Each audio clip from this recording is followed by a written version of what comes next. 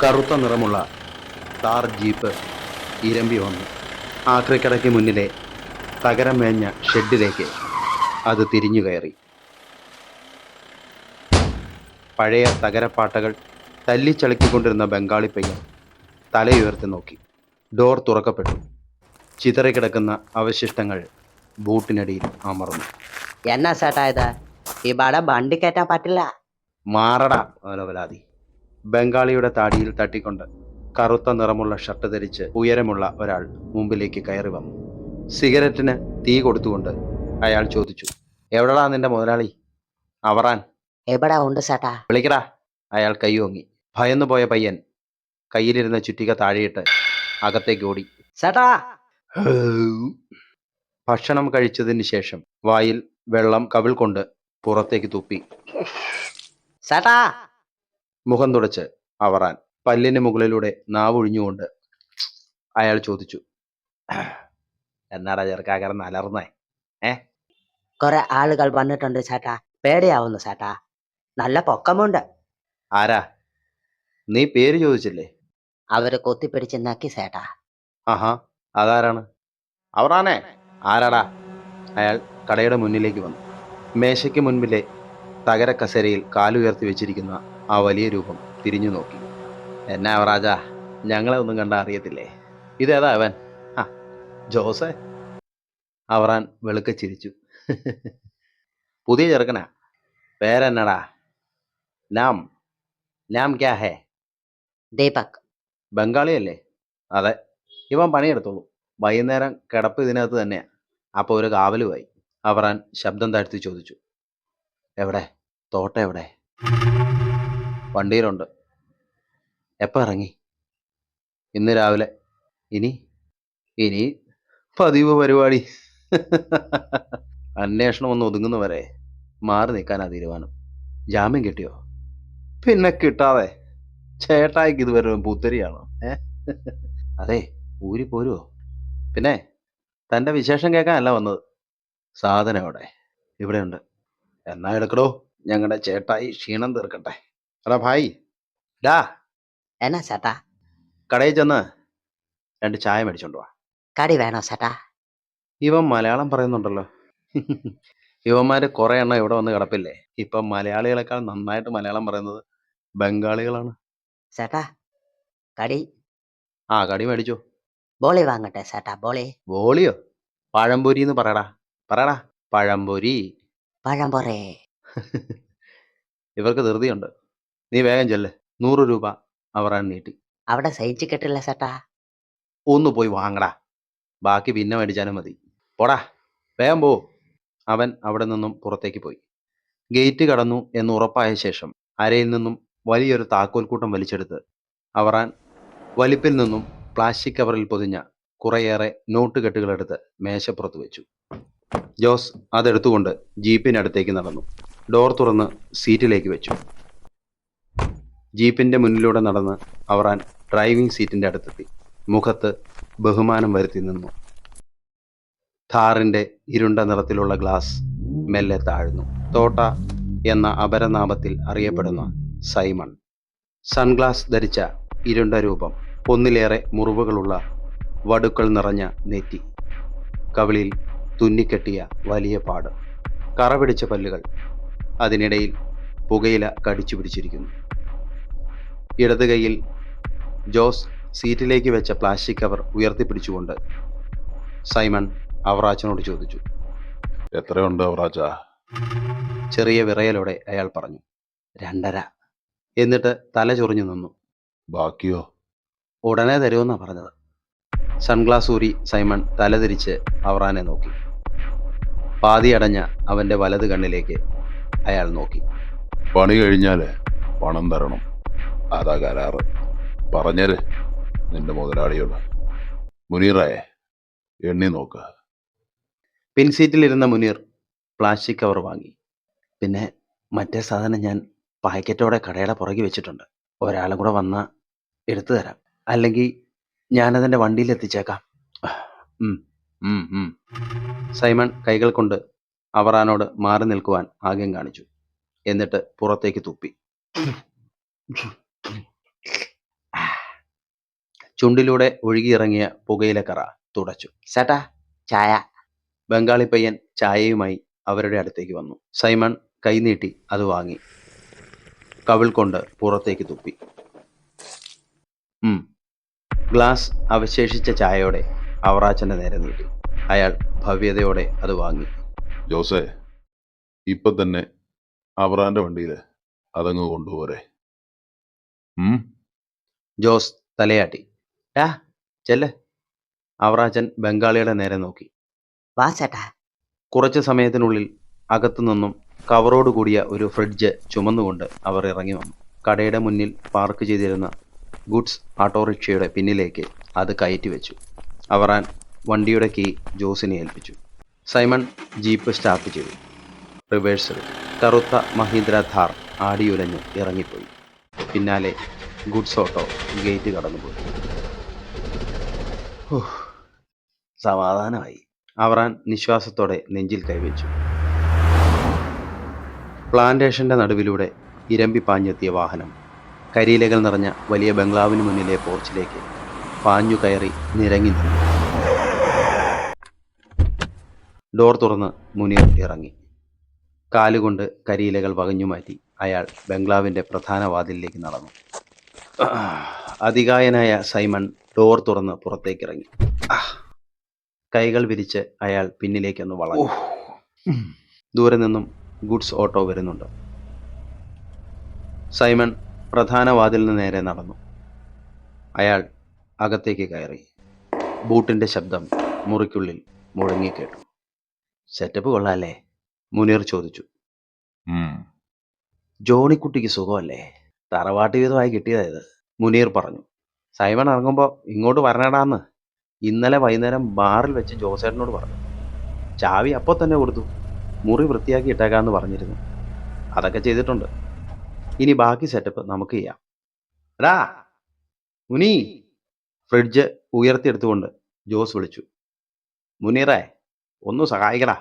മുനീർ ജോസിനെ സഹായിച്ചു. ഡൈനിങ് ഹാളിൽ ഫ്രിഡ്ജ് ഇറക്കി വെച്ചു. കവർ ഊരിയെടുത്ത് മുറിയുടെ മൂലയിൽ വെച്ചു. അതിൻ്റെ ഡോർ തുറന്നപ്പോൾ ചെറിയൊരു പ്ലാസ്റ്റിക് പാക്കറ്റ് താഴേക്ക് വീണത് ജോസ് എടുത്ത് പരിശോധിച്ചു. ആഹാ, ഇതിൽ വാറണ്ടി കാർഡൊക്കെ ഉണ്ട്. ഇതെന്തിനാ? മുറിയുടെ മൂലയിലേക്ക് അത് ചുരുട്ടി വലിച്ചെറിഞ്ഞു. ബംഗ്ലാവിൻ്റെ മൂലയിലെ പഴയ ഫോൺ റിങ് ചെയ്തു. മുനീർ കോൾ അറ്റൻഡ് ചെയ്തു. അങ്ങേ തലയ്ക്കൽ ജോണിക്കുട്ടിയാണ്. ജോണി ചേട്ടാ, മുനീറാ. ഇവിടെ വൻ സെറ്റപ്പാണല്ലോ. ഇത്രയ്ക്ക് ഞങ്ങൾ പ്രതീക്ഷിച്ചില്ല കേട്ടാ. മുനീറേ, തോട്ടയ്ക്കൊന്ന് കൊടുത്തേ. സൈമണ് മുനീർ ഫോൺ കൈമാറി. എന്താ ചായ? എടാ, നാളെ വല്യപ്പനും ഫാമിലിയും അവധി ആഘോഷിക്കാൻ അങ്ങോട്ട് വരുന്നുണ്ട്. ഇങ്ങോട്ടോ? ആ, തൽക്കാലം നീ അവിടെ താമസിക്കാൻ പറ്റില്ല. ഇപ്പൊ തന്നെ നീ അവിടെ നിന്ന് മാറണം. നിന്നെ കണ്ടാൽ ശരിയാവില്ല. കാർന്നൊരു വലിയ വാശിക്കാരനാ. നീ തൽക്കാലം മറ്റൊരു സ്ഥലം നോക്ക്. അതെന്നാ വർത്താനാ ജോണിച്ച? എനിക്ക് ഈ സ്ഥലം ഭയങ്കരമായിട്ട് ഇഷ്ടപ്പെട്ടു. ഞാൻ മാറുന്നേക്കാൾ നല്ലത് കാർന്നോരെ വേറെ സ്ഥലത്തേക്ക് മാറ്റുന്നതല്ലേ. അത് നടക്കില്ല. ഈ സ്ഥലത്തിന് ഒരു ഒതുക്കമുണ്ട്. നമ്മുടെ എല്ലാ പരിപാടിയും നടക്കും. ഞാനിവിടെ സ്ഥിരതാമസമാക്കിയാലൊന്ന് ആലോചിക്കുക. അപ്പോഴാ അങ്ങേരുടെ അപ്പൻ അയാളോട് പോകാൻ പറ. അതൊന്നും പറഞ്ഞാൽ പറ്റില്ല. നീ വേഗം സ്ഥലം കാലിയാക്ക്. വേറെ വല്ല സ്ഥലവും നോക്ക്. ദോ, താനല്ലേ എന്നെ ഇങ്ങോട്ട് എഴുന്നള്ളിച്ചത്. 10-15 ദിവസം അകത്ത് കിടന്നിട്ടാണോ ഞാൻ വരുന്നത്? എനിക്ക് വിശദമായിട്ടൊന്ന് വിശ്രമിക്കണം. അതിന് ഇതിനേക്കാൾ പറ്റിയൊരു സ്ഥലം ഇല്ല. നീ അവിടുന്ന് പോകുന്നുണ്ടോ സൈമ? സൗകര്യപ്പെടില്ല. മര്യാദയ്ക്ക് ഞാൻ നിന്നോട് പറഞ്ഞു. മര്യാദ സൈമണ് വശമില്ലെന്ന് ജോണിക്കറിയില്ലേ? സൈമ, നിന്റെ ഗുണ്ടായസം അത് എന്നോട് വേണ്ട. സമൂഹത്തിൽ നിലയും വിലയുള്ളതുകൊണ്ട് മാത്രമാ. അല്ലെങ്കിൽ ജോണിക്കുട്ടിക്കും മര്യാദ അത്ര വശമില്ല. ജോണി, നിന്റെ നിലയും വിലയും അതിലൊരു പങ്ക് സൈമണും ഉണ്ട്. നിനക്ക് വേണ്ടി ചോര ഒഴുക്കാൻ സൈമൺ മടിച്ചിട്ടില്ല. അതുകൊണ്ടാ ഇന്ന് നിന്റെ കൈപ്പിടിയിൽ ഇതെല്ലാം ഇരിക്കുന്നത്. കോടതി ഹാജരാകുമ്പോൾ സൈമൺ വാ തുറന്നാൽ എന്ത് സംഭവിക്കുമെന്ന് നീ ആലോചിച്ചിട്ടുണ്ടോ ജോണിക്കുട്ടി? ഏ പിന്നെ നിന്റെ നിലയും വിലയും കൊണ്ടൊന്നും ആവില്ല നിനക്ക് രക്ഷപ്പെടാൻ. ഒരു 2.5 ലക്ഷം ഉലുവയും തന്ന് എന്നെ മൂലക്കിരുത്താനാണ് നിന്റെ ഉദ്ദേശമെങ്കിൽ നീ അറിയും. നീ എന്നെ ഭീഷണിപ്പെടുത്തുവാണോടാ? നിനക്ക് ജോണി അറിയില്ല. പോയി 2 വിട്ട് കിടന്നുറങ്ങി ഓണിച്ച. തൽക്കാലം എവിടെ നിന്നും മാറുന്ന കാര്യം മറന്നേക്ക്. അവൻ്റെ അയാൾ ഫോൺ കട്ട് ചെയ്തു. മദ്യക്കുപ്പികളും ബിയറും വെള്ളവുമൊക്കെ ഫ്രിഡ്ജിലേക്ക് അടുക്കി വെക്കുകയാണ് ജോസ്. എന്താ പ്രശ്നം ചേട്ടാ? അയാളുമായിട്ട് കൊരുത്തോ? ചൂടാവുന്നത് കേട്ടു. മുനീർ ചോദിച്ചു. അവനെന്തോ ഔദാര്യം തരുന്നത് പോലെ. സൈമൺ താടി ഒഴിഞ്ഞു. ഭാഗ്യം അവൻ ആ ചായ എൻ്റെ മോന്തയ്ക്കൊഴിച്ചില്ല. ചേട്ടാ, ആരാത്ത? അതൊരു സാത്താനാ. സൈതാൻ? അതെ. നീ കേട്ടിട്ടില്ലേ ഒരാളെ വെട്ടിക്കൊന്ന കാര്യം? വെട്ടിക്കൊന്ന ആരാ ചേട്ടാ അത്? അത് ഇവനാ, സൈമൺ. ശരിക്കുള്ള പേര് തോട്ടാ സൈമൺ. റിമാൻഡിലായിരുന്നു. ഇപ്പൊ ജാമ്യത്തിൽ ഇറങ്ങി വന്നതാ. രാഷ്ട്രീയക്കാരുടെയും പോലീസുകാരുടെയൊക്കെ സപ്പോർട്ടുണ്ട്. ആരും സാക്ഷി പറയല. ലക്ഷങ്ങളുടെ കളിയാ. രക്ഷിക്കാനും സൽക്കരിക്കാനും ഒക്കെ ഓരോരുത്തരും കാത്തിരിക്കുമല്ലേ. പിന്നെ എന്ത് വേണം? ഓ ചേട്ടാ. ബംഗ്ലാവിന്റെ മുന്നിലേക്ക് ഒരു കാർ പാഞ്ഞു വന്നു. വാതിൽ തള്ളി തുറന്ന് ജോണി അകത്തേക്ക് കയറി വന്നു. ടീപ്പോയിൽ കാൽ കയറ്റി വെച്ചിരുന്ന സൈമൺ തിരിഞ്ഞു നോക്കി. ആ ജോണിജ വാ. ജോണി സൈമനെ കലിപ്പോടെ നോക്കി. മദ്യത്തിന്റെ ഗ്ലാസ് ഉയർത്തിപ്പിടിച്ചുകൊണ്ട് സൈമൺ ക്ഷണിച്ചു. വാ ഇരിക്ക്. മുറുകിയ മുഖത്തോടെ ജോണി സീറ്റിലിരുന്നു. എന്നിട്ട് മുനീറിനെയും ജോസിനെയും മാറി മാറി നോക്കി. നിങ്ങൾ പോയിക്കോ. അവറാൻ്റെ ആ വണ്ടി ഇവിടെ ഇടണ്ട, കൊടുത്തേര്. ഇനി നാളെ വന്നാൽ മതി. ഞങ്ങൾക്ക് കുറെ സ്വകാര്യം സംസാരിക്കാറുണ്ട്. മുനീറും ജോസും തലയാട്ടി പുറത്തേക്ക് പോയി. നോക്കിയിരിക്കാതെ താനോർണ ഒഴിച്ച് അടുക്കി ജോണിച്ചോ. സൈമൺ ഗ്ലാസ്സിലേക്ക് മദ്യം പകർന്നു. അത് ജോണിയുടെ മുന്നിലേക്ക് നീക്കിവെച്ചു. എന്താ ജോണിച്ച വെപ്രാളമൊക്കെ പിടിച്ച്? ഞാനങ്ങനൊക്കെ പറഞ്ഞപ്പോൾ പേടിച്ചു പോയോ? ഗ്ലാസ് കാലിയാക്കി ടീപ്പോയിൽ വെച്ച് ജോണി നിശ്വസിച്ചു. കലങ്ങിയ ചുവന്ന കണ്ണുകളോടെ സൈമൺ ജോണിയെ നോക്കി അവജ്ഞയോടെ ചിരിച്ചു. എന്നിട്ട് കുപ്പിയിൽ അവശേഷിച്ച മദ്യം വായിലേക്ക് കമഴ്ത്തി. ജർമ്മൻ മെയ്ഡ് പിസ്റ്റളിന്റെ അഗ്രം സൈമണിന്റെ നെറ്റിയിൽ ജോണി മുട്ടിച്ചു വെച്ചു. എന്താടാ നീ പറഞ്ഞത്? കോടതി കയറി നീ അങ്ങ് മാറ്റി പറയോ? ആ കേസിൽ എണ്ണം പറഞ്ഞ് നീ മേടിച്ചതും നിനക്കായിട്ട് മുടക്കിയതും ലക്ഷങ്ങളാടാ. ഇപ്പൊ നീ എന്നെ അത് വെച്ച് ഭീഷണിപ്പെടുത്തുന്നു. ജോണിക്കുട്ടിയുടെ ഗുണ്ടായസം നിനക്കറിയില്ല. നിന്റെ ഈ തലയങ്ങ് ചെതറിപ്പോയാ നീ കോടതി കയറി എന്നാ പോലെത്തും? പറയടാ, പറയാൻ. ജോണി. അതെടാ, ജോണി തന്നെ. നിന്നെ പുറത്തിറക്കാൻ അറിയാമെങ്കിൽ ഇവിടെ ഇട്ട് ഇരു ചെവി അറിയാതെ തീർക്കാനും എനിക്കറിയാടാ. അവൻ വില പേശാൻ വന്നിരിക്കുന്നു. എൻ്റെ കൈ കൊണ്ട് തീരാനാ സൈമ നിന്റെ യോഗം. അവനൊരു ഗുണ്ട. ഇത് നീ എന്നെ കൊണ്ട് ചെയ്യിച്ചതാ സൈമ. ജോണി കടപ്പല്ല് ഞെരിച്ചു. തോക്കിൻ കുഴലിന്റെ തണുപ്പ് സൈമന്റെ തിരുനെറ്റിയിൽ പടർന്നു കയറി. വീട്ടിൽ അജ്ഞാത മൃതദേഹം കത്തിക്കരിഞ്ഞ നിലയിൽ കണ്ടെത്തിയ സംഭവത്തിൽ പോലീസ് അന്വേഷണം തുടങ്ങി.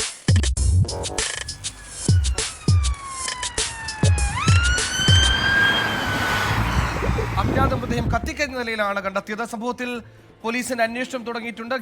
പോലീസ് വലയത്തിന് പുറത്ത് ആളുകൾ ബഹളം കൂട്ടി. മാറി നിൽക്കാൻ. പോലീസുകാർ ലാത്തി ചുഴറ്റി. പോലീസ് വാഹനങ്ങൾ പാഞ്ഞെത്തി. ഡോർ തുറന്നു. CI മനു രാഘവൻ പുറത്തിറങ്ങി. SI നൌഷാദ് ഓടിയെത്തി സല്യൂട്ട് ചെയ്തു. തിരിച്ച് അഭിവാദ്യം ചെയ്തുകൊണ്ട് മനു ചുറ്റും നോക്കി. അകത്താണ് സാർ. വളരെ ഭീകരമാണ് സാർ. ഇവരൊക്കെ കേട്ടറിഞ്ഞ് വന്നവരാണ് സാർ. ആരാണെന്ന് ഐഡന്റിഫൈ ചെയ്തോ? ബോഡി കത്തിയ നിലയിലാണ് സാർ. ആരാ ആദ്യം കണ്ടത്? അയാളാണ് സാർ. തൊട്ടപ്പുറത്തെ പഴയ ബെഞ്ചിലിരുന്ന മധ്യവയസ്കൻ മെല്ലെ എഴുന്നേറ്റു. റബ്ബർ വെട്ടാൻ വന്നയാളാണ് സാർ. രാവിലെ പൈപ്പിൽ നിന്ന് വെള്ളം എടുക്കാൻ വന്നതാ. പുകയും മറ്റും കണ്ട് ജനലിലൂടെ നോക്കിയതാണ്. അപ്പോൾ കണ്ടെന്നാ പറയണേ. ആരുടെയാ ഈ സ്ഥലം? ഇത് പ്ലാന്റർ ജോണിക്കുട്ടിയുടേതാണ്. അയാളിവിടെ ഇടയ്ക്കിടയ്ക്ക് വന്നു പോകാറുണ്ട്. അയാളാണോ? അറിയില്ല സാർ. പോർച്ചിൽ ഒരു ഥാറ് കിടപ്പുണ്ട്. ആരുടേതാത്? സാർ, അത് ജോണിക്കുട്ടിയുടെ പേരിലുള്ളതാണ്. അയാളുടെ വീട്ടിൽ അന്വേഷിച്ചോ? അങ്ങോട്ടേക്ക് ആളെ അയച്ചിരുന്നു. ഇന്നലെ രാത്രി വീട്ടിൽ നിന്നും പോയതാണെന്ന് അറിയാൻ കഴിഞ്ഞത്. മറ്റെന്തെങ്കിലും എവിഡൻസ് ഉണ്ടോ? സാർ, ഇതുവരെ എവിഡൻസ് ഒന്നും കിട്ടിയിട്ടില്ല. ബോഡി പൂർണ്ണമായും കത്തിയ അവസ്ഥയിലാണ്. ഞാൻ നോക്കട്ടെ. പിന്നെ ഇവരെല്ലാം ഇപ്പോൾ തന്നെ ഇവിടുന്ന് മാറണം. സാർ. ആന്റണി സാർ. കോൺസ്റ്റബിൾ ഓടി വന്നു. ഇവരെല്ലാം ഗേറ്റിന് പുറത്തേക്ക് മാറ്റ്. എന്നിട്ട് ആ ഗേറ്റ് ക്ലോസ് ചെയ്യ്. ഏരിയ സീൽ ചെയ്യണം. എല്ലാവരും ഒന്ന് പുറത്തേക്ക് ഇറങ്ങിക്കേ, വേഗം.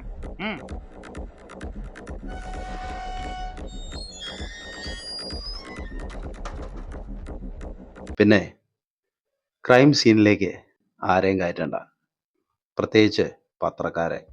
തന്നെ തുറച്ചു നോക്കി നിൽക്കുന്ന കണ്ണട വെച്ച് മെലിഞ്ഞ ശരീരമുള്ള റിപ്പോർട്ടറെ സൂക്ഷിച്ചു നോക്കിക്കൊണ്ട് മനു രാഘവൻ നടന്നു. ഫോറൻസിക്കിന് ഇൻഫോം ചെയ്തോ? ചെയ്തു സാർ. പോക്കറ്റിൽ നിന്നും കർച്ചീഫ് എടുത്ത് മുഖത്ത് കെട്ടി ദുർഗന്ധമുള്ള പുക കെട്ടി നിൽക്കുന്ന ഹാളിലേക്ക് മനു കടന്നു. ചിതറിക്കിടക്കുന്ന കുപ്പിച്ചില്ലുകൾ ബൂട്ടിനടിയിൽ ഞെരിഞ്ഞു. ബോഡി കത്തിക്കാൻ മദ്യമാണോ ഉപയോഗിച്ചിരിക്കുന്നത്? ആണെന്ന് തോന്നുന്നു സാർ. മറിഞ്ഞു കിടക്കുന്ന ഒരു ഫ്രിഡ്ജ്. അതിനുള്ളിൽ നിന്നും അരയ്ക്ക് താഴേക്കുള്ള ശരീരഭാഗം പുറത്തേക്ക് കാണാം. ബാക്കി ഫ്രിഡ്ജിനുള്ളിലേക്ക് മലർന്നു കിടക്കുന്ന രീതിയിലാണ് ബോഡി. ഡോർ പകുതി അടച്ച് അമർത്തിയ നിലയിലാണ്. മുറിക്കുള്ളിൽ നിറയെ കുപ്പികൾ ചിതറിക്കിടക്കുകയാണ്. ബിയറുകളും മറ്റും പൊട്ടിത്തകർന്ന് പതഞ്ഞു കിടക്കുന്നു. എസ് ഐ നൌഷാദിന്റെ ഫോൺ ശബ്ദിച്ചു. സർ. പോയിക്കൊള്ളാൻ മനു ആംഗ്യം കാണിച്ചു. ഹലോ. അയാൾ കോൾ അറ്റൻഡ് ചെയ്തുകൊണ്ട് പുറത്തേക്ക് പോയി. മനു ചുറ്റുപാടും പരിശോധിച്ചു. ചോര ഒഴുകി പടർന്നു കിടക്കുന്നു. ചോരയും മദ്യവും കൂടിക്കലർന്ന അവസ്ഥ. ബോഡി കത്തിക്കാൻ മദ്യമാണ് ഉപയോഗിച്ചതെന്ന് വ്യക്തം. തീ പടർന്നു പിടിച്ച പലയിടത്തും രക്തം തളം കെട്ടിക്കിടക്കുന്നു. സീലിംഗിൽ പലയിടത്തും കറുത്ത പുക പറ്റിപ്പിടിച്ചിരിക്കുന്നു. ബോഡിയിലും അതിൻ്റെ പരിസരത്തും മാത്രമാണ് തീ പടർന്നിട്ടുള്ളത്. പാതി കത്തിയ വേസ്റ്റ് ബിൻ മനുവിൻ്റെ ശ്രദ്ധയിൽപ്പെട്ടു. സാർ. പത്രക്കാർ ബഹളം വെക്കുന്നു. മനു പുറത്തേക്കിറങ്ങി. മാധ്യമങ്ങൾക്ക് ഉത്തരവാദിത്വമുണ്ട്, പ്രതിബദ്ധതയുണ്ട്. അല്ലാതെ നിങ്ങൾ പറയുന്നത് കേട്ട് മാറി നിൽക്കാനൊന്നും പറ്റത്തില്ല. ജനങ്ങൾക്ക് ഈ കുറ്റകൃത്യങ്ങൾ അറിയാനുള്ള താല്പര്യമുണ്ട്. എത്രമാത്രം കുറ്റങ്ങളും കൊലപാതകങ്ങളുമാണ് ഈ നാട്ടിൽ നടക്കുന്നത്. ജനങ്ങളെ ഇതൊന്നും അറിയിക്കാതിരിക്കാനാണോ നിങ്ങൾ ശ്രമിക്കുന്നത്? കണ്ണട ധരിച്ച റിപ്പോർട്ടർ ശക്തമായി പോലീസുകാരോട് വാദിക്കുകയാണ്. മനു ദൂരെ നിന്നും അയാളെ നോക്കിക്കൊണ്ടിരുന്നു. ഇൻസ്പെക്ടർ, നിങ്ങൾ മറുപടി തരണം, അല്ലെങ്കിൽ ഞങ്ങളെ അകത്ത് കയറാൻ അനുവദിക്കണം. ഞങ്ങൾക്ക് ജനങ്ങളോട് പ്രതിബദ്ധതയുണ്ട്. മാറോ, അങ്ങോട്ട് മാറിയിക്കാൻ. എസ് ഐ നൌഷാദ് റിപ്പോർട്ടറോട് കയർത്തു. മിസ്റ്റർ, ഞങ്ങൾ പത്രക്കാരാണ്. ഇത്തരം ഗൗരവമേറിയ പ്രശ്നങ്ങൾ ജനങ്ങളെ അറിയിക്കാൻ ഉത്തരവാദിത്തപ്പെട്ടവരാണ് ഞങ്ങൾ. അയാൾ ക്യാമറയ്ക്ക് നേരെ തിരിഞ്ഞു. പോലീസ് കനത്ത അനാസ്ഥയാണ് ഈ കേസിൽ കാണിക്കുന്നത്. ഉത്തരവാദിത്തപ്പെട്ട മാധ്യമങ്ങളെപ്പോലും ഈ വിവരങ്ങൾ റിപ്പോർട്ട് ചെയ്യാൻ അനുവദിക്കുന്നില്ല. ഇത്തരത്തിലുള്ള ക്രിമിനൽ സംഭവങ്ങൾ കേരളത്തിൽ തുടർക്കഥയാവുകയാണ്. അതോടൊപ്പം പോലീസ് നോക്കുകുത്തിയാവുകയാണ്. കൊലപാതകികളെയും ക്രിമിനലുകളെയും സംരക്ഷിക്കുവാനുള്ള പോലീസിൻ്റെ വ്യഗ്രതയാണ് ഇതിൻ്റെ പിന്നിലെന്ന് തോന്നിപ്പോവുകയാണ്. കൂടുതൽ വിവരങ്ങളുമായി ഉടനെ മടങ്ങിയെത്താം. അയാൾ എസ് ഐക്ക് നേരെ തിരിഞ്ഞു.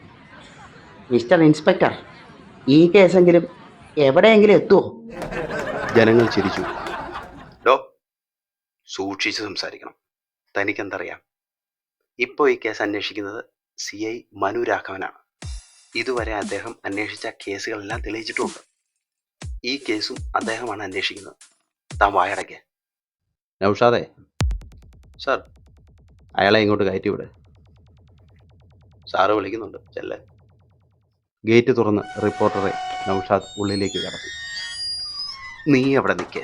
ഒപ്പം തള്ളിക്കയറാൻ ശ്രമിച്ച ക്യാമറമാനെ പുറത്താക്കി ഗേറ്റ് അടച്ചു. അവിടെ നിന്നാൽ മതി. റിപ്പോർട്ടർ തലയുയർത്തി മുന്നോട്ട് നടന്നു വന്നു. മനു ചെറുചിരിയോടെ അത് നോക്കി നിന്നു. മിസ്റ്റർ ഇൻസ്പെക്ടർ, മാധ്യമങ്ങളോട് താങ്കൾക്ക് എന്താണ് ഇത്ര വിരോധം? ഞങ്ങളോട് വിമുഖത കാണിക്കുന്നത് എന്തിനാണ്? പ്രതിബദ്ധതയും ഉത്തരവാദിത്വവുമുള്ള ഒരു ജനാധിപത്യ സമൂഹത്തിൽ ജീവിക്കുന്ന ഞങ്ങൾക്ക് ഇതൊന്നും അറിയാനുള്ള എന്താ അനിയൻ്റെ പേര്? പ്രമോദ്. മിസ്റ്റർ പ്രമോദ്, ഒരു ക്രൈം നടന്നു കഴിഞ്ഞാൽ അതിലെ ക്രിമിനലുകളെ ഹൈലൈറ്റ് ചെയ്ത് പത്രപ്രവർത്തനം നടത്തുന്നതാണ് ഇപ്പോഴത്തെ രീതി. കൊലയാളി സഞ്ചരിക്കുന്ന വഴി, ബന്ധപ്പെട്ട കാര്യങ്ങൾ എല്ലാം നിങ്ങൾ തത്സമയം റിപ്പോർട്ട് ചെയ്തുകൊണ്ടിരിക്കുന്നു. അതാണ് കൊലയാളികൾക്ക് കൂടുതൽ സഹായമാകുന്നത്. ഈ ക്രൈം നടന്നിട്ട് ഏകദേശം 3-4 മണിക്കൂറേ ആയിട്ടുള്ളൂ. മരിച്ചയാളെ ഇതുവരെ ഐഡന്റിഫൈ ചെയ്തിട്ടില്ല. അപ്പോഴേക്കും വിശദമായ റിപ്പോർട്ട് താങ്കൾക്ക് വേണമെന്ന് പറഞ്ഞാൽ അതെവിടുത്തെ ന്യായമാണ്? ഫോറൻസിക് പരിശോധനയ്ക്ക് ശേഷം മാത്രമേ എന്തെങ്കിലും പറയാൻ കഴിയൂ. അറിയാനുള്ള അവകാശം ജനങ്ങൾക്കില്ലേ? അത് നിഷേധിക്കുകയാണ് നിങ്ങൾ ചെയ്യുന്നത്. അന്വേഷണത്തിന്റെ പുരോഗതി, ആരാണ് പ്രതി, ആരൊക്കെയാണ് ഇതിന് പിന്നിൽ, കേരളത്തെ നടുക്കിയ ഒരു വാർത്ത. അന്വേഷണ ഉദ്യോഗസ്ഥൻ എന്ന നിലയിൽ ഇതിനെപ്പറ്റി താങ്കൾ ഇതുവരെ ഒന്നും പറഞ്ഞില്ല. അതാണ് ഞാൻ ചോദിക്കുന്നത്. അറിയാനുള്ള അവകാശം ആരുടെ ഔദാര്യമല്ല മിസ്റ്റർ. മിനിറ്റുകൾ കൊണ്ട് കേസ് തെളിയിക്കുന്നു എന്ന അവകാശപ്പെടുന്ന നിങ്ങൾക്ക് ഒന്നും പറയാനില്ലേ? നിർത്തറ. എന്നാ നീ കയറി അന്വേഷിക്കുക, എന്നിട്ട് പ്രതിയെ കണ്ടുപിടിക്കുക. മനു മുന്നോട്ടാഞ്ഞു.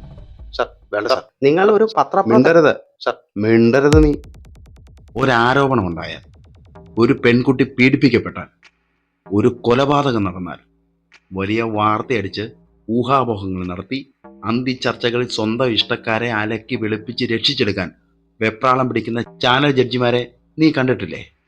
ക്രിമിനൽ കേസിൽ ഉൾപ്പെട്ട പ്രതികളെ രക്ഷിച്ചെടുക്കാൻ എന്ത് നെറുകേടും വിളിച്ചു പറയാൻ തയ്യാറുള്ള രാഷ്ട്രീയ പ്രമുഖരെയും അവരെ പിന്താങ്ങുന്ന കൂലിത്തൊഴിലാളികളുടെയും അന്തിച്ചർച്ച കണ്ട് മടുത്തിരിക്കുന്ന ജനങ്ങൾക്ക് ഇതൊക്കെ കേൾക്കുമ്പോൾ എന്ത് ഞെട്ടലാടാ ഉണ്ടാകാൻ പോണത്? ഇത് കേരളത്തിലെ ആദ്യ സംഭവമൊന്നുമല്ലല്ലോ. ഇതുപോലെ അടുത്ത സംഭവം ഉണ്ടാകുന്ന വരെ ഉള്ളൂ നിന്റെയൊക്കെ പ്രതിബദ്ധത. 1 മാസം മുമ്പ് ഒരാളെ പച്ചയ്ക്ക് വെട്ടി നുറുക്കിയ ഒരു പക്കാ ക്രിമിനൽ, അവന്റെ ഹിസ്റ്ററി മുഴുവൻ വീരവർണ്ണനയോടെ നിന്റെയൊക്കെ മാധ്യമങ്ങൾ അച്ചു നിരത്തി. അവനെ രക്ഷിച്ചെടുത്ത വക്കീലിന്റെ മിടുക്ക്, ക്രിമിനലുകളെ പുഷ്പം പോലെ രക്ഷിച്ചെടുത്ത വക്കീലന്മാരുടെ ബൈറ്റ്, നിന്റെയൊക്കെ ചാനൽ മുതലാളിമാർ വാങ്ങിക്കൂട്ടിയ ലക്ഷങ്ങളുടെ നന്ദി കാണിക്കാനുള്ള അവസരം അല്ലടാ. ചാനൽ ചർച്ചകളിൽ വന്നിരുന്ന രാഷ്ട്രീയ പ്രമുഖർ അവന് വേണ്ടി ഘോരഘോരം വാദിച്ചില്ലേ? ആ കൊലക്കേസിനെ കൃത്യമായി ഫോളോ ചെയ്യാൻ നിങ്ങൾക്ക് കഴിഞ്ഞോ? അന്വേഷണ ഉദ്യോഗസ്ഥനെ സ്ഥലം മാറ്റിയപ്പോൾ, പടിയടിച്ച് പുറത്താക്കുമ്പോൾ നിന്റെയൊക്കെ പ്രതിബദ്ധത എവിടെ പോയി? സാധാരണക്കാരന് നീതി നിഷേധിക്കപ്പെടുമ്പോൾ നിങ്ങളുടെ പ്രതിബദ്ധത എവിടെയാണ്? രാഷ്ട്രീയ ചായ്വില്ലാതെ ഒരു ചാനൽ കാണിച്ചു തരാമോ നിനക്ക്? അവന്റെ പ്രതിബദ്ധത. ഊണും ഉറക്കവും കളഞ്ഞ് അതിന്റെ പിന്നാലെ നടന്ന് അന്വേഷണ ഉദ്യോഗസ്ഥൻ സത്യം കണ്ടെത്തുമ്പോൾ ഏതെങ്കിലും ഊച്ചാളി രാഷ്ട്രീയക്കാരൻ ഇടപെട്ട് അവനെ സ്ഥലം മാറ്റുമ്പോൾ, മനസ്സ് മടുപ്പിക്കുമ്പോൾ ഈ പറഞ്ഞ നിന്റെയൊക്കെ പത്രധർമ്മവും പ്രതിബദ്ധതയും ഏത് വാഴച്ചവിട്ടിലാണ് കൊണ്ട് കുഴിച്ചിടുന്നത്?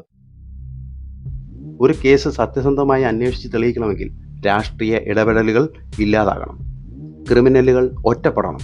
എങ്കിൽ മാത്രമേ പോലീസിന് കൃത്യമായി ജോലി ചെയ്യാൻ സാധിക്കൂ. അതില്ലാത്തടത്തോളം കാലം ഇവിടെ ഇതൊക്കെ തുടരും. മനസ്സിലായോ? ഇനി വാ. ഫോറൻസിക് ഉദ്യോഗസ്ഥർ വരണം.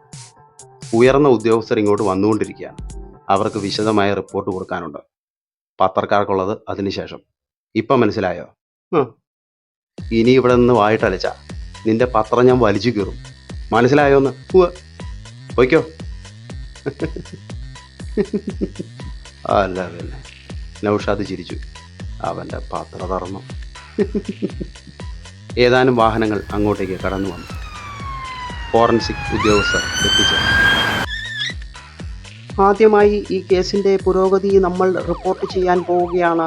ഈ കേസിലെ അന്വേഷണ ഉദ്യോഗസ്ഥനായ CI മനു രാഘവൻ. അദ്ദേഹം നൽകിയ വിലപ്പെട്ട വിവരങ്ങളാണ് ഞാൻ നിങ്ങളുമായി പങ്കുവയ്ക്കുന്നത്. ഏറ്റവും ആദ്യം ഈ കേസിലെ വിശദാംശങ്ങൾ നമ്മുടെ ചാനലിലാണ് റിപ്പോർട്ട് ചെയ്യുന്നത്. ഈ കേസിനെ സംബന്ധിച്ച ഏറ്റവും പുതിയ വാർത്തകളുമായി മനു. കാറിൽ നിന്നും ഇറങ്ങിയ SP സത്യപാലൻ മനുവിനെ വിളിച്ചു. അയാൾ എസ് പിക്ക് മുന്നിൽ അറ്റൻഷനായി. വിജിലൻസ് റിപ്പോർട്ട് പ്രകാരം പറയുന്നത് ഇന്നലെ ജാമ്യത്തിലിറങ്ങിയ തോട്ട സൈമൺ, അവൻ്റെ ഒരു അടുത്ത ആവശ്യക്കാരനാണ് ഈ കെട്ടിടത്തിൻ്റെ ഉടമസ്ഥൻ ജോണിക്കുട്ടി. ആ വെട്ടുകേസില്ലേ, അതിനുവേണ്ടി പൈസ ഇറക്കിയത് ഈ ജോണിയാന്ന് പറയുന്നു. പിന്നെ സൈമൺ, അവൻ ഇന്നലെ ഇവിടെ ഉള്ളതായിട്ട് വിവരം കിട്ടിയിട്ടുണ്ട് സർ.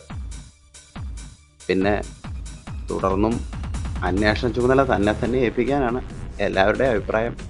Thank you sir. ഒരു ടീമിനെ ഫോം ചെയ്യണം. ആരെയൊക്കെ ഉൾപ്പെടുത്തണമെന്ന് താൻ തീരുമാനിച്ചോളൂ. All the best sir.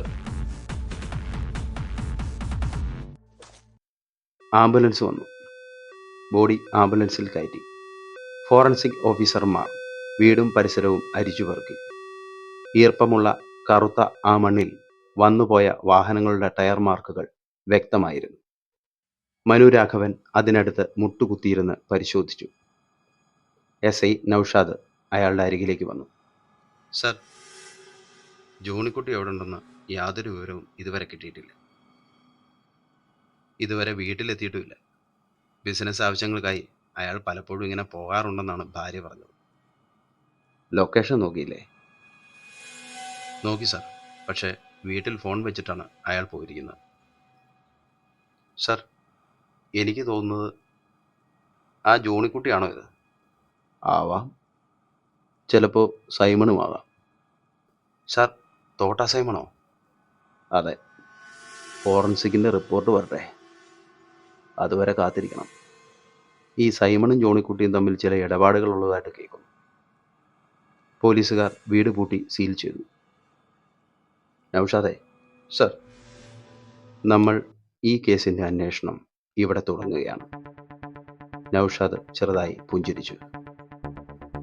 താൻ ജോണിക്കുട്ടിയെക്കുറിച്ചും അയാളുടെ ഇടപാടുകളെക്കുറിച്ചും വിശദമായി അന്വേഷിക്കും. സർ. മനു ജീപ്പിൽ കയറി. നൗഷാദ് അറ്റൻഷനായി. ബുള്ളറ്റ് സ്റ്റാൻഡിൽ വെച്ച് മനു ഇറങ്ങി. ഒരു സിഗരറ്റ്. കടയിലിരുന്ന പയ്യൻ സിഗരറ്റ് നൽകി. അതിന് തീ കൊടുത്തുകൊണ്ട് അയാൾ ചോദിച്ചു, നമ്മുടെ കുഞ്ഞപ്പൻ ചേട്ടൻ എന്തി? ഇവിടെ വരാറുണ്ടോ? ഏത് കുഞ്ഞപ്പൻ? ഇവിടെ 2-3 കുഞ്ഞപ്പനുണ്ട്. തള്ളു കുഞ്ഞപ്പൻ, തള്ള്. ആ, കുഞ്ഞപ്പൻ ചേട്ടൻ ഈ സമയത്ത് ഷാപ്പിൽ കാണും. കുഞ്ഞപ്പൻ ചേട്ടൻ്റെ ആരാ? ഒരു പരിചയക്കാരനാണ്. ശരിക്കും? പയ്യൻ അത്ഭുതത്തോടെ നോക്കി. മനു ചിരിച്ചു. ഈ ഷാപ്പ് എവിടെയാണ്? നേരെ പോയാൽ മതി, കാണാം. ബുള്ളറ്റ് സ്റ്റാർട്ട് ചെയ്ത് അയാൾ മുന്നോട്ട് പോയി. കുറച്ചകലെയായി കള്ള് ഷാപ്പ്.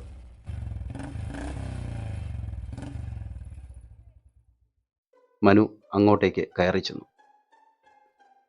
ഈ കുഞ്ഞപ്പൻ താണ്ടിരിക്കുന്നു. പൊടി പിടിച്ചു മങ്ങിയ TV-യിലേക്ക് കണ്ണും നട്ടിരിക്കുകയാണ് കുഞ്ഞപ്പൻ. മനു അയാളുടെ മുന്നിലേക്ക് ചെന്നു. എന്നെ ഓർക്കുന്നുണ്ടോ? അല്പനേരം സൂക്ഷിച്ചു നോക്കിയതിന് ശേഷം കുഞ്ഞപ്പൻ അതിശയത്തോടെ വിളിച്ചു, റിപ്പോർട്ടർ സാറല്ലേ? വാ, എൻ്റെ പൊന്നെ, ഇത് എവിടെയാ? ഇപ്പൊ എവിടെയാ? എത്ര വർഷമായി കണ്ടിട്ട്? കുഞ്ഞപ്പൻ്റെ തോളിൽ കൈയിട്ട് മനു പുറത്തേക്ക് ഇറങ്ങി. എൻ്റെ പൊന്ന് സാറേ, ഓ എന്നായിരുന്നു അത്? ഇവിടെ എത്രയാണ് കൊടുക്കേണ്ടത്? എന്തിനാ സാറേ? ഞാൻ കൊടുത്തോളാം. അത് വേണ്ട, ഇന്ന് എൻ്റെ ചെലവ്. ഇതാരാ കുഞ്ഞപ്പ? എൻ്റെ ഒരു ഫ്രണ്ടാ, കുറേ വർഷങ്ങൾക്ക് മുമ്പുള്ള ബന്ധമാണ്. ഞാനൊരു പത്രക്കാരനാണ്. അതെ. പണ്ട് നാട് കാണാൻ വന്നപ്പോൾ എന്നെ സഹായിച്ചത് കുഞ്ഞപ്പനാ. അതെ. ഇപ്പോൾ ഒന്നുകൂടി വന്നപ്പോൾ ഒന്ന് കാണണമെന്ന് തോന്നി, അതുകൊണ്ട് വന്നതാ. അതെ. എനിക്ക് കുഞ്ഞപ്പൻ്റെ ഒരു സഹായം കൂടി വേണം. അയ്യോ. വാ. കുഞ്ഞപ്പനെയും കൂട്ടി ബുള്ളറ്റിനടുത്തേക്ക് നീങ്ങി നിന്ന് മനു പറഞ്ഞു. ഞാൻ എവിടെയൊക്കെ അന്വേഷിച്ചു. ഇതെന്താ ഷാപ്പിൽ? കുടിക്കുവോ കുഞ്ഞപ്പൻ? കൂടിപ്പോയ 2 ഗ്ലാസ് കള്ളു കുടിക്കും സാറേ. അത് ഷാപ്പുകാരനൊരു സഹായമായിക്കോട്ടെ എന്ന് ഓർത്താ. പിന്നെ TV ഉണ്ട്. ആ പെട്ടിക്കടക്കാരൻ പത്രം നിർത്തിയെന്നേ. പിന്നെ ഇവിടെ TV വാർത്ത കാണാം. വിവരം വെക്കാൻ ഇപ്പം അതേ ഉള്ളു മാർഗം. പിന്നെ എന്നാ സാറേ, പാറ കാണാൻ വന്നാണോ? അല്ല, ഞാൻ കുഞ്ഞപ്പനെ കാണാൻ തന്നെയായിട്ട് വന്നതാ. എന്നെ കുഞ്ഞപ്പനൊന്ന് സഹായിക്കണം. എന്നാ വേണം സാറേ? തള്ളു കുഞ്ഞപ്പനെ CID കുഞ്ഞപ്പനാക്കിയത് സാറാ. ആഹാ, അപ്പോൾ പേരൊക്കെ മാറിയോ? പിന്നെ എന്നാ വന്ന കാര്യം പറയാം. എനിക്ക് കുറേ വിവരങ്ങൾ അറിഞ്ഞു തരണം. കഴിഞ്ഞ ദിവസം ഒരു കൊലപാതകം നടന്നത്. ഒരാളെയൊക്കെ ഒന്ന് ഫ്രിഡ്ജിൽ വെച്ച കേസല്ലേ? TV കണ്ടായിരുന്നു സാറേ. ആ കേസ് ഞാനാണ് അന്വേഷിക്കുന്നത്. ഓ, കൺട്രോൾ ആൻഡ് സക്സസ്. കൺഗ്രാജുലേഷൻസ് ആണോ ഉദ്ദേശിച്ചത്? ആ, അത് തന്നെ. മരിച്ചത് ആരാണെന്ന് ഇതുവരെ കൺഫേം ചെയ്തിട്ടില്ല. എന്നാ ചെയ്തില്ലെന്ന്? ആരാണെന്ന് തിരിച്ചറിയാൻ കഴിഞ്ഞിട്ടില്ലെന്ന്.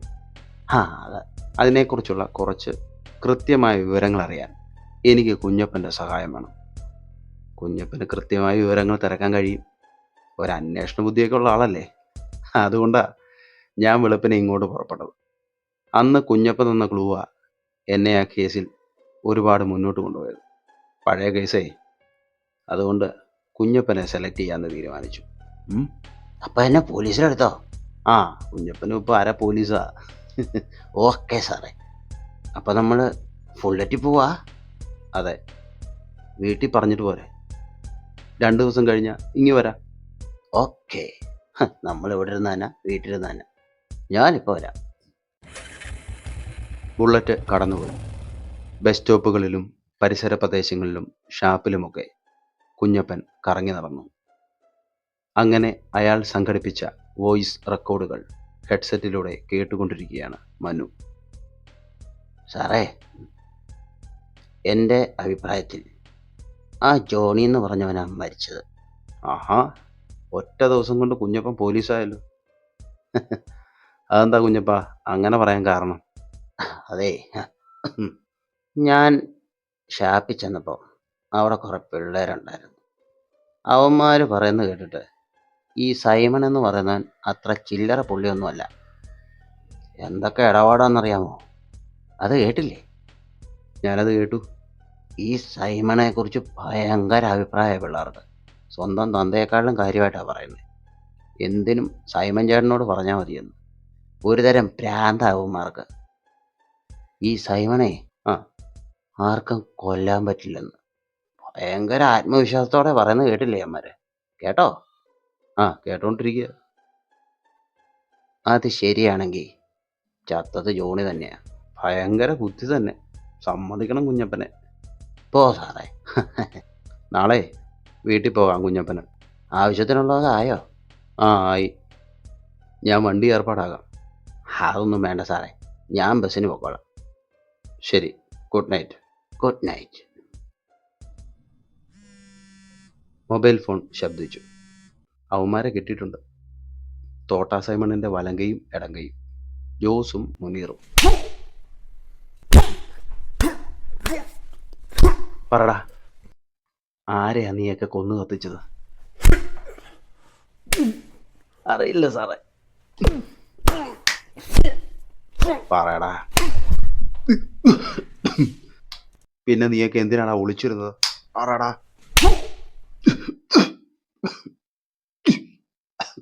ഞങ്ങൾക്കൊന്നും അറിയത്തില്ല സാറേ. ഞങ്ങൾ പോയപ്പോൾ ജോണിച്ചേട്ടനുണ്ടായിരുന്നു അവിടെ. ഞങ്ങളോട് പോയിക്കൊള്ളാൻ പറഞ്ഞത് സൈമണാ. കള്ളം പറയുന്നോടാ പന്ന.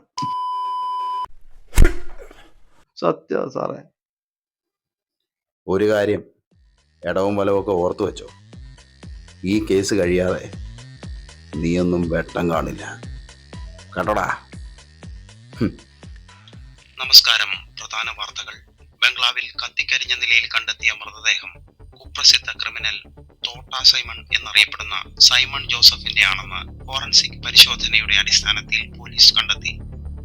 72ഓളം കേസുകളിൽ പ്രതിയാണ് കൊല്ലപ്പെട്ട സൈമൺ.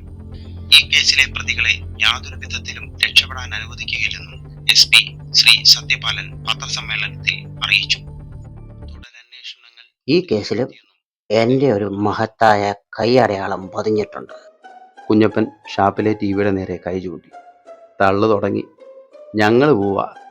കുഞ്ഞപ്പൻ്റെ അടുത്തിരുന്ന 2 പേരും എഴുന്നേറ്റു. അതെന്നാ പോക്കാടത്? എന്നാ പരിപാടി അത്? May I coming sir?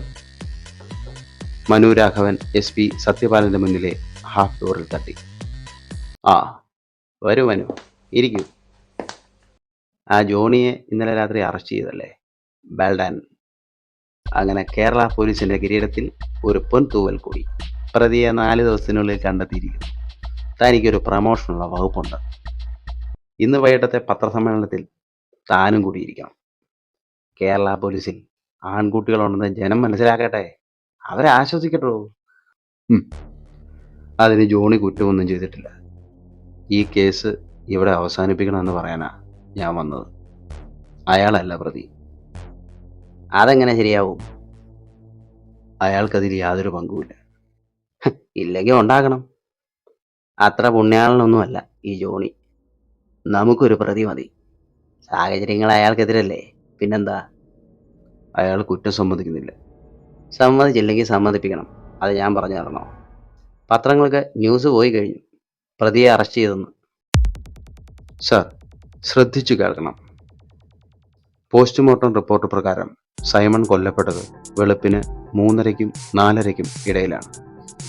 ആ സമയം പെട്രോൾ പമ്പിൽ പെട്രോൾ അടിക്കാൻ കയറുന്ന ജോണിയുടെ ദൃശ്യം അവിടുത്തെ CCTVയിൽ പതിഞ്ഞിട്ടുണ്ട്.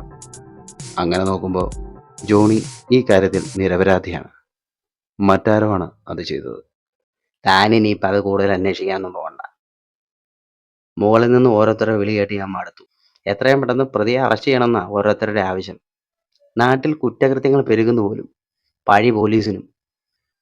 സാർ, ഈ കേസുമായി കോടതിയിൽ പോയാൽ കേസ് നിൽക്കില്ല. കോടതിയിൽ നിന്നും ജോണി പുല്ലുപോലെ ഇറങ്ങിപ്പോവും. അപ്പോൾ കുറ്റം പോലീസിന് വരില്ലേ? അതൊക്കെ ഞാൻ നോക്കിക്കോളാം. താൻ അയാളെ നാളെ കോടതിയിൽ ഹാജരാക്ക്. കേസ് ക്ലോസ് ചെയ്യാൻ നോക്കാം. അല്ലെങ്കിൽ തനിക്ക് പകരം വേറെ ആളെ വെച്ച് എനിക്ക് കേസ് പൂർത്തിയാക്കേണ്ടി വരും. അത് നടക്കില്ല സാർ. എനിക്കപ്പുറത്തേക്ക് ഈ അന്വേഷണം പോകില്ല. പോകാൻ ഞാൻ സമ്മതിക്കില്ല. മിസ്റ്റർ മനു രാഘവൻ, താൻ ആരോടാണ് സംസാരിക്കുന്നതെന്ന് അറിയാമോ? അറിയാം സാർ. അറിഞ്ഞുകൊണ്ട് തന്നെയാണ് സാർ സംസാരിക്കുന്നത്. Get out. ഇറങ്ങിപ്പോടോ. പോകാം. എനിക്ക് പറയാനുള്ളത് പറഞ്ഞു കഴിഞ്ഞിട്ട് എന്നിട്ടേ പോകൂ. എന്താ തൻ്റെ ഉദ്ദേശം? എന്നെ പഠിപ്പിക്കാനാണോ? തനിക്ക് വയ്യെങ്കിൽ ഞാനിത് ഉപേക്ഷിക്കേ. വേറെ ആൾക്കാരെ കൊണ്ട് ഞാൻ അന്വേഷിച്ചോളാം. മനസ്സിലായോ? പോയിക്കോ. സാർ, ഈ കേസിലെ യഥാർത്ഥ പ്രതിയെ ഞാൻ കണ്ടെത്തിയിട്ടുണ്ട്. താനെന്തുവാണോ പിന്നെയും പിച്ചും പേയും പറയുന്നേ? ആരെ കണ്ടെത്തിയെന്ന്? അത് പറയുന്നതിന് മുമ്പ് ഞാൻ സാറിനോടൊന്ന് ചോദിച്ചോട്ടെ. ആരാണ് സാർ ഈ തോട്ട സൈമൺ? മന്ത്രിയോ, MLA യോ, അതോ ഉയർന്ന ഏതെങ്കിലും ഉദ്യോഗസ്ഥനോ? അതോ നിരന്തരം മുകളിൽ നിന്ന് സാറിനെ വിളിച്ചിങ്ങനെ ശല്യം ചെയ്യുന്ന ഏതെങ്കിലും പ്രമുഖ വ്യക്തിയുടെ കുഞ്ഞമ്മയുടെ മോനോ? ആരാണ് സാർ സൈമൺ? ഒരു തേർഡ് റേറ്റ് ക്രിമിനൽ, റേപ്പിസ്റ്റ്. മുകളിലുള്ള ആർക്കാണ് സാർ അയാൾക്ക് വേണ്ടി ഇത്രയും കണ്ണീരൊഴുകാനുള്ളത്? 75 ക്രിമിനൽ കേസുകളിൽ പ്രതിയായ ഒരു പക്ക ക്രിമിനൽ. അതിൽ രജിസ്റ്റർ ചെയ്യാത്ത കേസുകൾ, ഒതുക്കി തീർത്ത കേസുകൾ അടക്കം മുഴുവൻ 140ഓളം കേസുകൾ. യഥാർത്ഥ കണക്ക് എൻ്റെ കയ്യിലുണ്ട് സാർ. അതിന് 8 കൊലപാതകങ്ങൾ. ശിക്ഷിക്കപ്പെട്ടത് ഒരേ ഒരെണ്ണത്തിൽ, അതും 1 വർഷത്തിനിടയിൽ ജാമ്യം കിട്ടി പുറത്തു വന്ന കേസ്. സാറിനറിയാമോ ആ കേസ് ഏതാണെന്ന്? സാർ ഓർക്കുന്നുണ്ടോ? എവിടെ ചെറിയൊരു ഓർമ്മ പോലെ. അതിനിപ്പോ എന്താ? തമിഴ്നാട്ടിൽ നിന്നും ഇവിടെ ജോലി തേടിയെത്തി വഴിയരികിൽ കീറപ്പായയിൽ അച്ഛനോടൊപ്പം തളർന്നുറങ്ങിക്കിടന്ന ഒരു പാവം പെൺകുട്ടിയെ കൊന്ന് കായലിൽ താഴ്ത്തിയ ഒരു കേസുണ്ട്. ആ കുട്ടിയുടെ അച്ഛൻ അലമുറയിട്ട് നാട് നീളെ അലഞ്ഞില്ലേ? ഭൂമിയിലെ ഏക സമ്പാദ്യമായ മകളെ നഷ്ടപ്പെട്ട ആ അച്ഛൻ അലറിക്കരയുന്നതിൻ്റെ ചിത്രം എല്ലാ മാധ്യമങ്ങളും കൊട്ടിഘോഷിച്ചു, ആഘോഷിച്ചു. തോട്ട സൈമൺ എന്ന ഈ ചത്തു തൊലഞ്ഞ പന്നപ്പൂ മോനെ ഇല്ലാതാക്കിയ ആ ജീവന് ആരാണ് സാർ നീതി കൊടുത്തത്? അന്ന് ആ കേസിൽ അവനെ അറസ്റ്റ് ചെയ്ത് എല്ലാ എവിഡൻസോടും കൂടി കോടതിയിൽ ഹാജരാക്കാനിരിക്കെ അന്വേഷണം ആ സത്യസന്ധനായ ഉദ്യോഗസ്ഥനിൽ നിന്നും മാറ്റി. ആരാണ് സാർ അന്ന് സൈമണെ സംരക്ഷിച്ചത്? അവന് വേണ്ടി കൊടി കെട്ടിയ വക്കീലന്മാരെ ഏർപ്പാടാക്കിയത് ആരാണെന്ന് ആരാ? എനിക്കറിയില്ല. എനിക്കറിയാം സാർ. അവരൊക്കെ ആയിരിക്കും സാർ ഇപ്പോൾ സൈമണെ ഓർത്ത് ദുഃഖിക്കുന്നത്. അവർക്ക് പണവും പദവിയും നേടാൻ സൈമണിൻ്റെ ആവശ്യമുണ്ടായിരുന്നു. അതിന് അവൻ കാണിക്കുന്ന സകല പിറപ്പുകൾക്കും കൂട്ടുനിൽക്കേണ്ട ആവശ്യവും അവർക്കുണ്ടായിരുന്നു. ഈ നാട്ടിലെ രാഷ്ട്രീയക്കാരനും അധികാരം നിലനിർത്താൻ ആഗ്രഹിക്കുന്നവനും അല്ലാതെ, കള്ളനും കൊള്ളക്കാരനും അല്ലാതെ ഈ നാട്ടിൽ ഏത് സാധാരണക്കാരനാണ് സാർ ഗൂണ്ടകളുടെ ആവശ്യം? പ്രതിയെ ആവശ്യപ്പെട്ടുകൊണ്ട് അവർ മുറവിളി കൂട്ടുന്നത് എന്തിനാണെന്നറിയാമോ? ആരാണ് ആ അദൃശ്യനായ ശത്രു എന്ന് തിരിച്ചറിയാൻ വേണ്ടിയാണ്. കാരണം സൈമണിൻ്റെ ശത്രു സ്വാഭാവികമായും അവരുടെയും ശത്രുവാകും. അലറിക്കരഞ്ഞ ആ അച്ഛന് നീതി വാങ്ങിക്കൊടുക്കുവാൻ നിയമം പരാജയപ്പെട്ടു. ജാമ്യത്തിലിറങ്ങിയ സൈമൺ തെരുവിലിട്ട് അയാളുടെ കാല് ചവിട്ടി ഓടിച്ചു.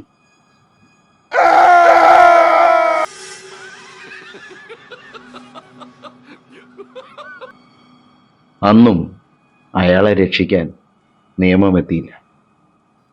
ഇന്ന് ഒരു പന്ന മോനു വേണ്ടി നിയമം പടകൂട്ടി ഇറങ്ങിയിരിക്കുന്നു. കൊലയാളിയെ കണ്ടെത്തണം പോലും. എനിക്കറിയാൻ മേലഞ്ഞിട്ട് ചോദിക്കുമോ സാർ, ഇവിടെ ആർക്കാണ് നീതി കിട്ടുന്നത്? വാദിക്കോ അതോ പ്രതിക്കോ? പ്രതി ഏതെങ്കിലും രാഷ്ട്രീയ സ്വാധീനമുള്ളവനാണെങ്കിൽ പുഷ്പം പോലെ രക്ഷപ്പെടും. ഈ തോട്ട സൈമണയൊക്കെ സാധാരണ ജനങ്ങൾ മനസ്സിൽ പണ്ടേ വെട്ടിക്കൊന്നു കഴിഞ്ഞു സാർ.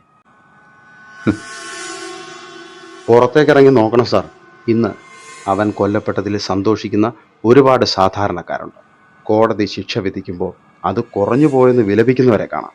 കൊച്ചു കുട്ടികളെ ഉപദ്രവിക്കുന്നവനെ അവനെ വെട്ടിയെറിയണമെന്ന് ആഗ്രഹിക്കുന്ന ഒരുപാട് സാധാരണ ജനങ്ങളെ കാണാം. ഓരോ സാധാരണക്കാരനിലും ഒരു ക്രിമിനൽ ഒളിഞ്ഞിരിപ്പുണ്ട്. നിയമത്തെ ഭയവും ബഹുമാനവും ഉള്ളതുകൊണ്ടാണ് സാർ അവർ അടങ്ങിയിരിക്കുന്നത്. അതുകൊണ്ട് അവർ മനസ്സിൽ ശിക്ഷ വിധിക്കുന്നു.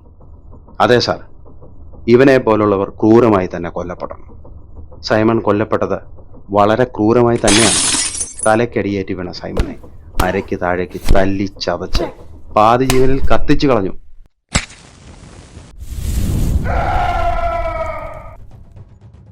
ഒരർത്ഥത്തിൽ അവൻ അർഹിക്കുന്നത് അതിലും കൂടുതലാണ്. ഒരച്ഛൻ്റെ പ്രതികാരമാണത്.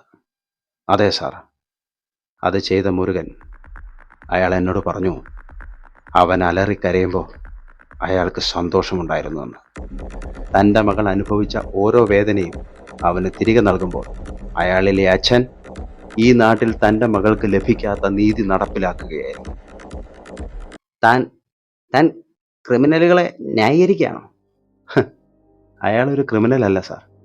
ഇനി ഒരു ക്രൈമും അയാൾ ചെയ്യുകയില്ല. സ്വസ്ഥമായി ജീവിക്കാൻ ആഗ്രഹിച്ച ഒരു പാവം തമിഴൻ. സൈമണെ ശാരീരികമായി ജയിക്കാനോ വധിക്കുവാനോ കെൽപ്പുള്ള ആളല്ല മുരുകൻ. ഒന്നുകിൽ കൊല്ലപ്പെടും, അല്ലെങ്കിൽ കൊല്ലും. ഇങ്ങനെ ചിന്തിച്ചിറങ്ങുന്ന ഒരു മനുഷ്യനെ സംബന്ധിച്ചിടത്തോളം ഒന്നും ഒരു പ്രതിസന്ധിയും പ്രശ്നമല്ല സാർ. ഈ കേസ് പുറത്തെത്തരുത് എന്ന് ഞാൻ പറയാൻ ഒരു കാരണം കൂടിയുണ്ട്. മരിച്ച മഹാന്റെ അനുയായികൾ കുറയണം. അവന്റെ വഴി പിന്തുടർന്നവർക്ക് ഭയമുണ്ടാകണം. ഒരിക്കലും കൊല്ലപ്പെടില്ല എന്ന് അവർ ഉറച്ചു വിശ്വസിച്ച സൈമന്റെ ക്രൂരമായ മരണം അവരെ ഭയപ്പെടുത്തണം. സാറിനറിയാമോ, അവന് പിന്നിൽ എന്തിനും തയ്യാറായി നടക്കുന്ന 30ഓളം കുട്ടികളുണ്ട്. അവരുടെ ഹീറോയാണ് അവൻ. ഡ്രഗ്സും ആയുധവും കയ്യിൽ വെച്ചു കൊടുത്ത് അവൻ വളർത്തിയെടുത്ത തെരുവിലെ ഒരു പിഴച്ച കൂട്ടമുണ്ട്. മരിച്ചത് തോട്ട സൈമണാണെന്ന് അറിഞ്ഞതിന് ശേഷം ഓടി ഒളിച്ച മാസു വില്ലന്മാർ. സൈമൺ ഇല്ലാതാകേണ്ടവൻ തന്നെയാണ്. അവനെപ്പോലെ ഒരുവൻ ഇല്ലാതാകുമ്പോൾ അവന് മുകളിൽ അവനെയും ഇല്ലാതാക്കാൻ കഴിവുള്ള കരുത്തനായ ഒരു ശത്രു എവിടെയോ ഉണ്ടെന്നുള്ള ഭയമുണ്ടാകണം സാർ.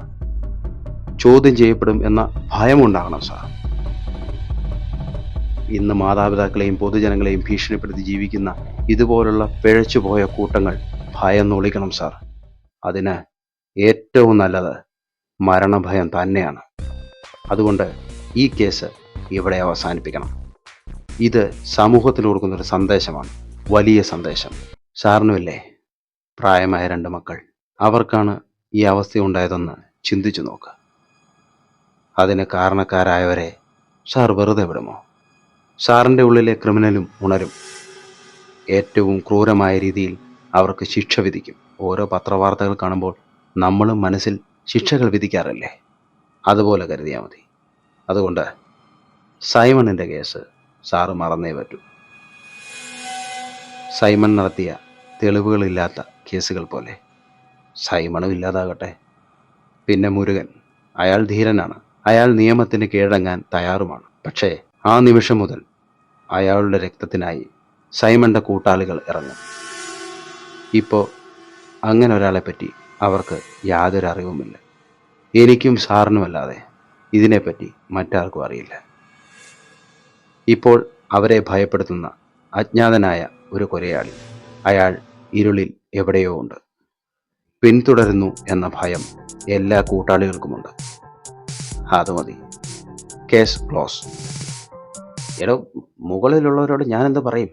സൈമൺ ഓരോന്ന് ഒപ്പിക്കുമ്പോൾ നാട്ടുകാരുടെ കണ്ണിൽ പൊടിയിടാൻ ഓരോന്ന് പറഞ്ഞില്ലേ, അതുപോലെ പറയണം. വൈകിട്ടത്തെ പത്രസമ്മേളനത്തിൽ സാറ് ധൈര്യമായിട്ട് പറഞ്ഞോ, ജോണി നിരപരാധിയാണ്, സൈമൺ ഗ്യാങ് ലീഡറാണെന്നും അയാൾക്കെതിരെ ഇവിടെ മറ്റൊരു ഗ്യാങ് വളർന്നു വരുന്നുവെന്നും അവരാണ് സൈമണെ ഇല്ലാതാക്കിയതെന്നും ഇത് ഗ്യാങ് വാർ ആണെന്നും പറയുക. ബാക്കി ചാനൽ ജഡ്ജിമാർ തീരുമാനിക്കട്ടെ. ഇതൊക്കെ നടക്കുമോ? നടക്കണം കേട്ടോ. ആ പിന്നെ എനിക്ക് മേലെ അന്വേഷണം നടത്തണം, എന്നെ സ്ഥലം മാറ്റണം, ഇങ്ങനെയുള്ള നിർദ്ദേശങ്ങൾ മുകളിൽ നിന്ന് വരാൻ സാധ്യതയുണ്ട്. അതുകൊണ്ട് ഒരു കാര്യം കൂടി ഞാൻ പറയാം, അത് സാറ് മാത്രം അറിഞ്ഞാൽ മതി. ആരും അറിയാതെ സാർ പുതിയൊരു ഫ്രിഡ്ജ് വാങ്ങി അല്ലേ? അത് വാങ്ങിപ്പിച്ചത് സാറിൻ്റെ ഡ്രൈവറെ കൊണ്ടാ അല്ലേ? ഓ, ആ, എന്നിട്ടത് അവറാൻ്റെ ആക്രിക്കടയിൽ കൊണ്ടുവച്ചു. അവിടെ നിന്നും സൈമൺ അത് കൈപ്പറ്റി. തണുത്ത സോഡയും വെള്ളവും ഇല്ലാതെ സൈമൺ ദാഹിച്ചു വലഞ്ഞാലോ അല്ലേ സാറേ? എന്തിൻ്റെ പ്രത്യുപകാരമാണ് ഫ്രിഡ്ജിൻ്റെ രൂപത്തിൽ സൈമണിൻ്റെ അടുത്തെത്തിയത്? അതിൻ്റെ വാറണ്ടി പേപ്പർ ഫോറൻസിക് വരുന്നതിന് മുമ്പ് എനിക്ക് കിട്ടി. മുഴുവൻ തെളിവുകളും ഞാൻ സൂക്ഷിച്ചിട്ടുണ്ട്. സാറിന് ഇടയ്ക്ക് എപ്പോഴെങ്കിലും ബുദ്ധിമോശം തോന്നിയാലോ? അങ്ങനെയൊന്നും ഉണ്ടാവില്ല. സത്യമാണല്ലോ. പിന്നെ എൻ്റെ 2 പെമ്മക്കളാണ് സത്യം. വലിയ വലിയ ഏജൻസികളൊക്കെ വന്ന് അന്വേഷിച്ചാ ഈ ഫ്രിഡ്ജ് ബന്ധം കണ്ടുപിടിക്കും. അങ്ങനെ ജോണിയും സാറും തമ്മിലുള്ള ബിനാമി ബന്ധവും തമ്മിലടിയും സൈമണും സാറും തമ്മിലുള്ള ബന്ധവും എല്ലാം പുറത്തു വരും. പക്ഷേ ഇപ്പോൾ സാറ് പേടിക്കണ്ട, എല്ലാം എൻ്റെ കയ്യിൽ സുരക്ഷിതമായിരിക്കും. സർവീസ് തീരാൻ 5-6 വർഷം കൂടിയല്ലേ ഉള്ളൂ.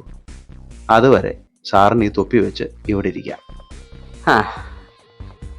സാറിപ്പോൾ എന്താ ആലോചിക്കുന്നതെന്ന് എനിക്കറിയാം. ഏത് നേരത്താണ് ഇവനെ ഈ കേസ് ഏൽപ്പിക്കാൻ തോന്നിയെന്നല്ലേ? സത്യപാലൻ തളർന്നിരുന്നു. അല്ല, സാറൊന്നും പറഞ്ഞില്ല. ഇനി എന്ത് പറയാനാടോ, താൻ തൻ്റെ ഇഷ്ടം പോലെ ചെയ്യ. മനു ഹാഫ് ഡോർ തുറന്ന് പുറത്തിറങ്ങി. മുന്നിൽ SI നൗഷാദ് സല്യൂട്ട് ചെയ്തു. ചിരിച്ചുകൊണ്ട് നൗഷാദ് ചോദിച്ചു, എന്തായി സാർ? ഇനി സത്യപാലൻ സത്യം പാലിച്ചോളൂ. ഉറപ്പാണോ സാർ? 100 വട്ടം. പിന്നെ ആ വലങ്കയും ഇടങ്കയും എന്തിയേ? അവർ പോയി സാർ. എങ്ങോട്ട്? നരിപ്പാറയുടെ മുകളിൽ നിന്ന് താഴേക്ക് ജമ്പ് ചെയ്തു. എപ്പോ? ഇന്നലെ രാത്രി. പോലീസിനെ കണ്ട് ഭയന്നോടിയ 2 പേർ മലയുടെ മുകളിൽ നിന്ന് വീണ് മരിച്ചു. ഓഹോ, അത് കൊള്ളാലോ. മുരുകൻ എവിടെ? വണ്ടിയിലുണ്ട്. ഡോർ തുറന്ന് നൗഷാദും മനുവും അകത്തേക്ക് കയറി. സാർ, ആ കുറ്റം ഞാൻ ഏറ്റോളാം സാർ. അയാൾ കൈകൾ കൂപ്പി. അത് വേണ്ട മുരുക, അതുകൊണ്ടൊന്നും കാര്യമില്ല. ഇതൊരു യുദ്ധമാണ്. യുദ്ധത്തിൽ വധം സ്വാഭാവികം, അതിൽ പാപമില്ല. തൻ്റെ കുറച്ച് ബന്ധുക്കളൊക്കെ നാട്ടിലുണ്ടെന്നല്ലേ പറഞ്ഞത്? അതെ സാർ. ഇവിടെ ഇങ്ങനെ ഈ പാട്ടയം പറക്കി ജീവിക്കണ്ട, അങ്ങോട്ട് പോയിക്കോ. ശേഷിച്ച കാലം മകളുടെ നല്ല ഓർമ്മകളുമായിട്ട് ജീവിക്കുക, അതാ നല്ലത്. എന്താവശ്യമുണ്ടെങ്കിലും വിളിക്കണം. ഞങ്ങളൊരു ദിവസം വരുന്നുണ്ട് തൻ്റെ വീട്ടിലേക്ക്. ദാ, ഇത് ചെലവിനിരിക്കട്ടെ. കുറേയേറെ നോട്ടുകൾ അയാൾ മുരുകൻ്റെ കയ്യിലേക്ക് വെച്ചു കൊടുത്തു. അയാളുടെ കണ്ണുകൾ നിറഞ്ഞൊഴുകി.